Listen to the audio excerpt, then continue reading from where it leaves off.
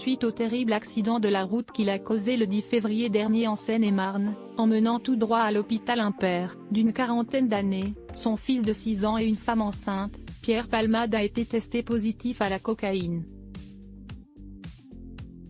L'humoriste de 54 ans était assigné à résidence au service d'addictologie de l'hôpital Paul Broussaville-Juif, dans le Val-de-Marne, où il est surveillé par bracelet électronique. Dans le milieu du showbiz, l'addiction à la drogue de la star était connue de tous et lui-même n'hésitait pas à en parler. Nos confrères de BFM Télévision sont revenus sur ces soirées coquines qu'il organisait chez lui, dans une enquête diffusée ce vendredi 17 février.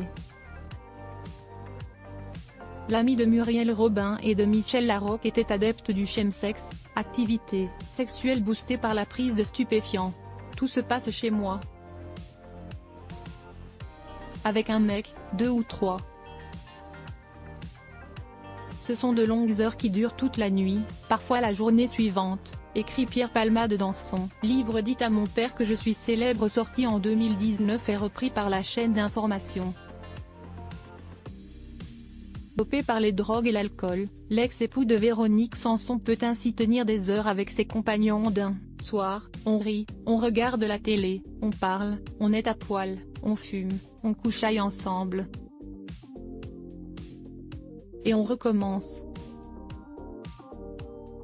C'est une orgie amusante, poursuit-il. Pour le docteur William Lowenstein, addictologue interviewé par nos confrères, ces molécules de synthèse, dites de catinone, sont consommées de plus en plus parce qu'il s'agit de super-cocaïne retard qui permettent de faire des marathons du sexe pendant 48 heures ou 72 heures et de repousser ses limites des sensations et de la relation sexuelle.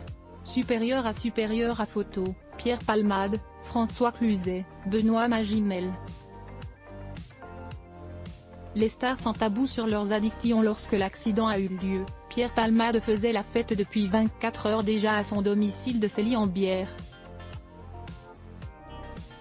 en compagnie d'au moins 2 personnes qui étaient avec lui dans son véhicule lors du choc et qui ont ensuite pris la fuite. Dans l'émission 7 à 8, diffusée ce dimanche 19 février sur TF1, une source anonyme a indiqué « Les gens qui venaient chez lui savaient pourquoi ils venaient. Il y avait de la coke. » Et de préciser « Pas des pochons d'1 gramme, il y avait 10 grammes dedans.